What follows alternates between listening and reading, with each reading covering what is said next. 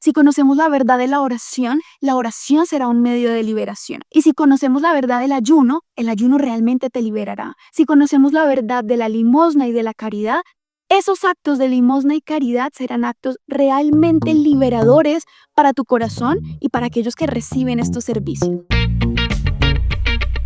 Yo soy Mapi y esto es Somos Suyos. Si esto te está sirviendo, si crees que esto es contenido de valor, ayúdanos a compartir. Si tú te suscribes al canal, si tú le das like, si tú comentas, si tú se lo mandas a más personas, eso permite que nosotros podamos seguir sacando este contenido completamente gratis. Creo que una de las preconcepciones y los mitos más grandes que hay por ahí es que la iglesia nos obliga a nosotros a hacer prácticas para mantenernos sometidos. Yo lo he escuchado muchísimas veces, es que a ustedes los obligan a ayunar porque ahora hasta comer es malo. Es que a ustedes les imponen dar limosna porque el Papa quiere enriquecerse. Es que ustedes están obligados a dar de su dinero para mantener a los curas y a la iglesia. Neh. Qué visión tan alejada de la realidad. Por eso es importante que tú y yo como cristianos conozcamos la verdad que está detrás de estas prácticas penitenciales. ¿Qué es lo que significa hacer penitencia? ¿Cuáles son las motivaciones, los propósitos, los fines y digamos que los beneficios eficaces en nuestra vida que nos llevan a nosotros a entrar en esta dinámica penitencial? ¿Por qué? Porque solo la verdad nos hace libres. Y si conocemos la verdad del ayuno, el ayuno realmente te liberará. Si conocemos la verdad de la oración será un medio de liberación. Si conocemos la verdad de la limosna y de la caridad, esos actos de limosna y caridad serán actos realmente liberadores para tu corazón y para aquellos que reciben estos servicios. Pero todo esto que nosotros hagamos, como te lo he venido diciendo, tiene que tocar nuestra vida. Tiene que tocar nuestra historia. Y ahí va, digamos que el núcleo de toda esta reflexión de hoy. Si el ayuno que yo hago no toca mi historia, si el ayuno que yo hago no tiene el propósito concreto de trabajar aquello que Dios me está mostrando que debo trabajar, si la limosna que yo hago es un acto externo que no toca las carencias interiores que tengo en mi corazón, que no me lleva a solidarizarme con el otro, que me lleva a dar algo, pero no a darme a alguien, es infecundo. Y de nada nos sirve una oración de dientes para afuera, en donde tenemos a Dios constantemente en los labios, pero lejos del corazón, en donde nos acostumbramos a repetir por repetir, a entrar en un rito al que le quitamos el alma, en donde hacemos un rosario sin sentido, en donde nunca hay un verdadero encuentro con Dios y el corazón. Por eso hoy quiero explicarte esto de las prácticas penitenciales, oración, ayuno y limosna, a través de dos experiencias o enfoques concretos, que sé que serán para ti como un mapa que guíe aquellos propósitos que van a encaminar tu ayuno, tu oración y tu limosna. Estas dos experiencias son el signo y el mensaje y el encuentro. ¿Qué quiero decir con esto? Que en el ayuno, en la limosna y en la oración están implícitos y presentes siempre un signo, un mensaje y un encuentro. Y para comprender un poco esto de la penitencia en el contexto de la iglesia, es decir, para todos nosotros los bautizados, la iglesia como madre a través de las leyes de derecho canónico nos recuerda cuáles son estos compromisos de amor que tú y yo hemos asumido libremente en el bautizo. Y quisiera que empecemos por eso. A ti nadie te está imponiendo nada. A veces yo escucho también por ahí eso de, es que nos imponen esto, o es que la iglesia nos manda, o es que quién ha dicho que yo estoy obligado a ayunar, es que a mí nadie me puede obligar a hacer limosna, es que a mí nadie me puede obligar a rezar, yo tengo que esperar a que me nazca. Hombre, si tú y yo esperamos a que todo en la vida nos nazca, nunca vamos a hacer cosas que valgan la pena en esta vida. Porque nada que vale la pena en la vida se sostiene en el tiempo solo con el sentimiento. Yo no puedo esperar que a mí me nazca seguir amando a mi esposo o a mi esposa, porque habrán días en donde no me nace y seguiré tomando la decisión de amar. Y no es que los sentimientos no importen, es que los compromisos significan algo. Y se nos olvida que es que el bautizo es un compromiso que tú y yo hemos asumido libremente. Ay, es que me bautizaron de bebé y yo no sabía y yo no quería. Pues si no quieres vivirlo, no estás obligado a ser cristiano, aunque el bautizo como sacramento imprime carácter. Es decir, siempre estarás bautizado, así no quieras vivir coherentemente con lo que eso significa. Pero dentro de los sacramentos de iniciación cristiana está la confirmación, y a través del sacramento de la confirmación tú y yo hemos ratificado en pleno uso de nuestras facultades como adultos responsables que queremos asumir los compromisos propios de la vida cristiana, que queremos seguir a Jesucristo, no solo creyendo en Él, sino creyéndole a Él, y que somos hijos de la iglesia. Y eso tiene unas implicaciones en la forma en cómo vivimos, en las metas que nos trazamos y en todo nuestro comportamiento. Nuestra vida en general debe ser un signo para el mundo de la fe que profesamos, de nuestro cristianismo, de aquel a quien seguimos, de la iglesia que somos. Lo que implica coherencia entre aquello que creemos y la forma en cómo vivimos. ¿Y qué tiene esto que ver con la penitencia? Si nosotros conocemos los inicios y los fundamentos de nuestra fe, podremos ver que en toda la historia de la salvación que Dios empezó a orar con ese pueblo que escogió, el pueblo de Israel, veremos que la penitencia y todos los actos implícitos en ella acompañan el recorrido de este pueblo. Y en Jesucristo adquieren su plenitud, que es vivida a través de la iglesia. La penitencia no es un conjunto de signos que Dios nos pide porque nos quiere ver tristes, miserables y sufrientes. No es verdad que el dolor es algo que Dios quiere para nosotros como un fin en sí mismo, como si tuviésemos que vivir una vida miserable aquí para que en el paraíso nos compensen por lo que padecimos. Esa no es una lectura correcta del plan de Dios para nosotros. Dios no nos pensó para el sufrimiento, la muerte, la enfermedad o el dolor. Esas llegaron como consecuencia del mal ejercicio de nuestra libertad al pecar. Pero en Jesucristo, que ha asumido todas nuestras dolencias, nuestros sufrimientos y nuestras enfermedades, el Hijo de Dios que se ha hecho ese siervo sufriente, ese siervo doliente, todos nuestros sufrimientos y nuestros padecimientos ahora adquieren un sentido. No son un fin, son un medio de purificación, son un medio para encontrarnos con el Redentor crucificado. Son un medio de redención incluso para nosotros mismos y para otros cuando podemos ofrecer y unir todos nuestros sacrificios a la cruz de Cristo, a los sufrimientos de Cristo, y ahí adquieren un valor redentor porque nos unimos a los méritos de Cristo, no a los nuestros. Por eso nuestra oración por sí misma no hace nada. Llega el Padre cuando se une a la oración del Hijo. Nuestro ayuno en sí mismo no significa nada. Adquiere valor cuando se une al ayuno de Cristo. Nuestra limosna externa no significa nada. Adquiere valor cuando se une a la caridad de Cristo. Es en Cristo, por Cristo y con Cristo que todo lo que hacemos adquiere ese valor y puede ser llevado al Padre, para su gloria y para nuestra santificación. Y como ya vimos que para Dios los tiempos importan, la Iglesia nos enseña que hay unos tiempos particulares de penitencia durante el año para nosotros. La penitencia ha sido entonces un medio de purificación primero que todo. Nos purifica de aquello que no nos sirve, de aquello que nos estorba, de aquello que está teniendo demasiado poder sobre nosotros y nos libera para llevarnos a Dios. Tiene ese propósito purificador y elevador de alguna manera. Le abre espacio a Dios, dispone el cuerpo para preparar el alma. ¿Por qué? Porque somos una unidad. Y al disponer el cuerpo, prepara también el alma y el corazón. ¿Para qué? Para un encuentro. Hablemos primero entonces de la oración. Hay mucho que podríamos decir sobre la oración. Hay tratados enteros que se han escrito en la espiritualidad cristiana sobre la oración.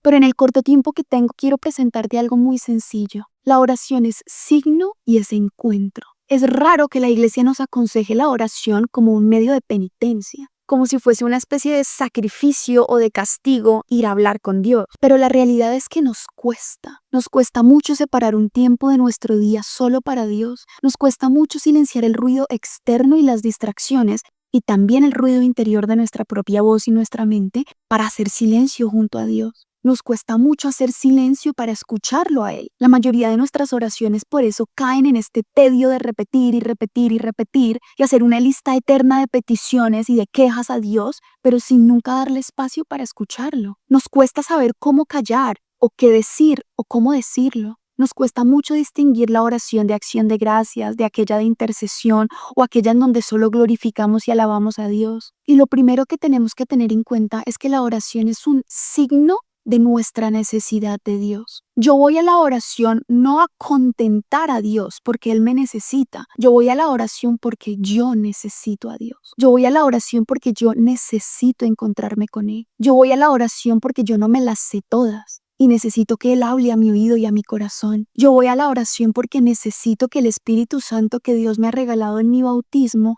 clame en mí, con gritos y gemidos inefables, porque yo no sé pedir lo que conviene, y Él ora en mí cuando yo le doy el tiempo y el espacio. Yo voy a la oración porque soy pequeño y débil. Yo voy a la oración porque soy hijo de un padre.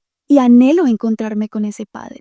Por eso el signo principal de la oración es la carencia y la necesidad. El que ora es aquel que es humilde. Solo el humilde ora, porque es consciente de que necesita vaciarse de sí mismo para ir a llenarse de Dios. El soberbio no siente necesidad de orar. El soberbio cree que todo lo puede con sus fuerzas. El soberbio cree que se las sabe todas. El soberbio cree que ya no hay nada que Dios le pueda decir. El soberbio cree que está muy ocupado para abrirle espacio a Dios, en su día, o en su corazón, o en su mente. Vengan a mí todos los que están cansados y agobiados y yo os daré descanso. Vengan a mí en la oración. ¿A dónde más vamos a ir, Señor? Dice San Pedro. ¿A dónde iremos? ¿A quién iremos? Vengan a mí es ven a encontrarte conmigo. ¿O cómo más pretendes ir a Dios cuando te mueras en el cielo? Vengan a mí ya, aquí, ahora. La oración es signo de que reconocemos nuestro cansancio y nuestro agobio. Y además es signo de nuestra fe. Yo oro porque yo creo en Él. Yo oro porque yo creo que cuando voy a Él me sacia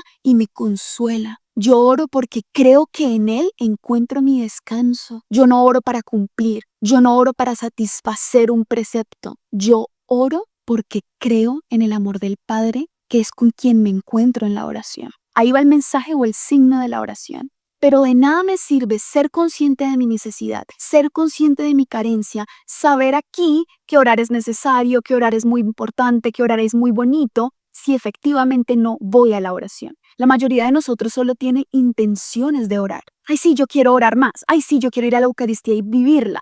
Ay, sí, yo quiero hacer el rosario con propósito y meditar en los misterios bíblicos. Ay, sí, yo quisiera tener tiempo, yo quisiera que me fluyera, yo quisiera que me naciera, pero nunca vamos efectivamente a encontrarnos con Él. Por eso la oración es encuentro. Por eso si tus intenciones, por muy bonitas que sean, o tu conciencia de tu debilidad no te llevan a un encuentro, no sirven de nada. De nada sirve que dobles rodilla más que todo el mundo en el templo, o que vayas a todas las misas que puedas y a todos los actos que la iglesia ofrece, si en ningún momento te encuentras con el crucificado. Si en ningún momento te encuentras en medio de la experiencia de la resurrección, si en ningún momento tu dolor se encuentra con el dolor de Cristo, si en ningún momento tu tristeza se encuentra con la tristeza de Cristo, si en ningún momento la traición que has padecido se encuentra con la traición de Cristo, si en ningún momento tus gozos y tus alegrías se encuentran y se complementan con la alegría de la resurrección de Cristo.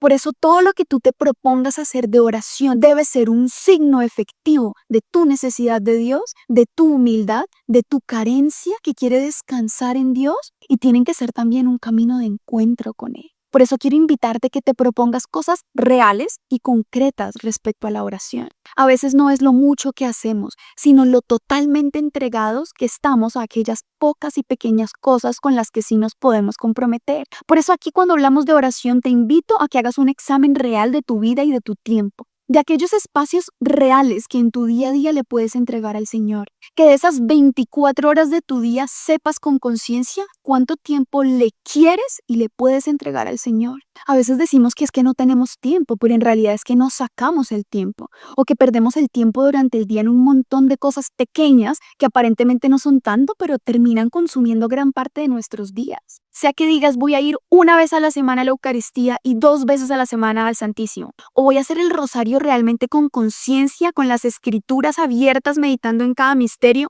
yo quisiera invitarte a que cada momento de oración que tengas sea un momento de profundo abandono y reconocimiento de tu necesidad y de encuentro. Y no solo que hables y recites un montón de cosas, sino que realmente te permitas darle a Dios espacios de silencio. ¿Cuánta profundidad no tiene la oración silenciosa? Porque además tu oración tiene que tener un propósito. Eso es lo que debes traer a tu oración. Estas heridas, Señor, en mi corazón, estas heridas de mi feminidad, estas heridas en mi masculinidad, estas heridas que he experimentado de abandono, de abuso, de rechazo, de agresión, es eso lo que traemos a la oración. Es ahí donde el Señor quiere encontrarse contigo. No solamente las necesidades externas que tienes, esos duelos, esas luchas, esas crisis de identidad, aquello más profundo que está en tu corazón, ahí es donde el Señor quiere hacer encuentro en la oración. Y para que el médico de tu alma pueda realmente entrar a tocar y sanar, necesitas escuchar su diagnóstico. Necesitas hacer silencio y dejar que Él te explique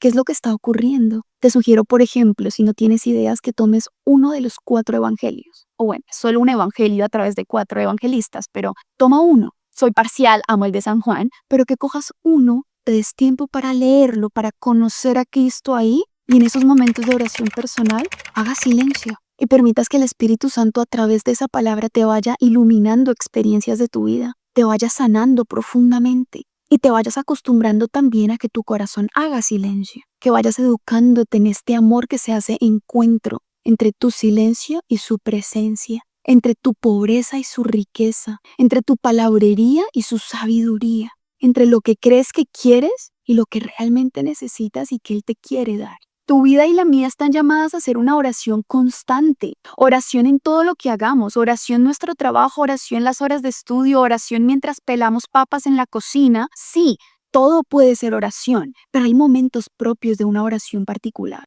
Y Cuaresma nos recuerda eso. En Cuaresma reforzamos la oración. En Cuaresma nos hacemos más conscientes de nuestra pobreza, nuestra necesidad y nuestra debilidad. Y por eso separamos más tiempo de nuestros días para encontrarnos con el Señor.